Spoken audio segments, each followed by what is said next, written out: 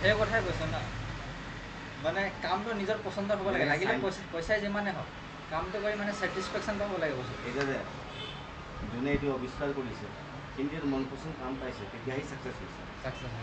মন পচন্দ কাম পাইছে, মন পচন্দ কাম পাইছে। সি ভাবিছিলে যে মই চাইণ্টিষ্ট বনিম বা কিবা কৰিম বা এনেকৈ এটা বস্তু মই হেৰি কৰিম, তো মন পচন্দ কাম পোৱাৰ কাৰণে পিছে যদি যাৰ মন পচন্দ নাই তাক যদি ক'লে লেবত সোমাই দিওঁ যে তই এটা বস্তু বনা, সি বনাব নোৱাৰে। অন্তৰৰ পৰা হ'ব লাগিব যে কেলা মই এই কামটো কৰিম। সেইটো মানুহে কয় ন, নাই পইচা পালে হ'ল, পইচা পাই আছোঁ, মোৰ একো আপত্তি নাই। মই আজি কম্পিউটাৰ দোকান কৰি ইণ্টাৰনেট কেফে খুলি মই জেৰেক্স মাৰি আছোঁ, প্ৰিণ্ট কৰি আছোঁ, এটা পেপাৰত 10 টকা লৈ আছোঁ, 5 টকা লৈ আছোঁ, মই পইচা পাই আছোঁ, একো আপত্তি নাই, ইনকাম আছে, কিন্তু মনটো ছেটিছফাই হোৱা নাই। কেলৈ নিজৰ ঢঙৰ কামটো পোৱা নাই।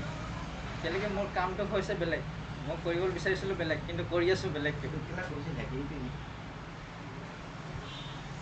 সেইটো মানুহে যদি যিটো কাম কৰিব সেই কাম কৰি যদি ছেটিছফেকশ্যন হোৱা নাই, তেনে মোৰ হিচাপত সেই মানুহ ছাকচেছ নাই নিজৰ লাইফত।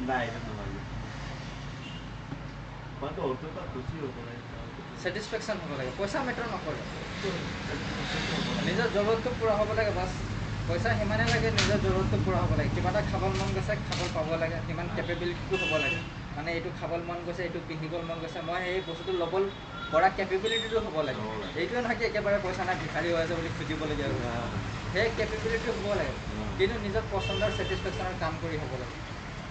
আৰু যদি সেই নিজৰ পচন্দৰ ছেটিছফেকশ্যন কাম কৰি লাগিলে লাখ টকা আহি গৈছে, ৰয়েলছ আহি গৈছে ঘৰত, কিন্তু মনটো কেতিয়াও শান্তিত নাথাকে। মই আজি বস্তু ৰিয়েলাইজ কৰিছোঁ নহয়।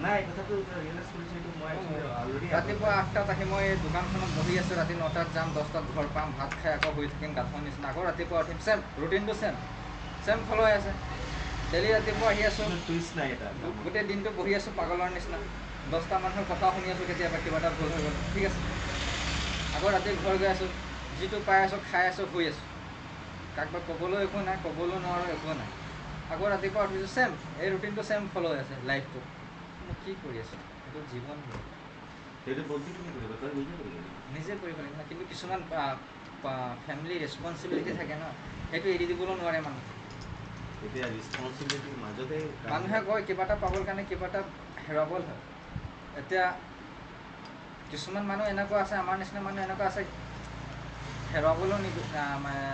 হেৰুৱাবলৈ নিবিচাৰে কেলৈ, সেইটো হেৰুৱাই দিলে তাৰ মানে পিছৰটো কি হ'ব, যোনে তাৰ ওপৰত ডিপেণ্ড হৈ আছে তাৰ কি হ'ব। যাৰ ছিংগল মানুহ আছে তাৰ একো আপত্তি নাই, সি যি কৰিব পাৰে, নিজৰ মনৰ ইচ্ছাত য'ত থাকিব পাৰে, কিন্তু আমাৰ পিছততো পৰিয়াল এটা আছে ন, কালি যদি আমাৰে যদি কিবা এটা হৈ যায়।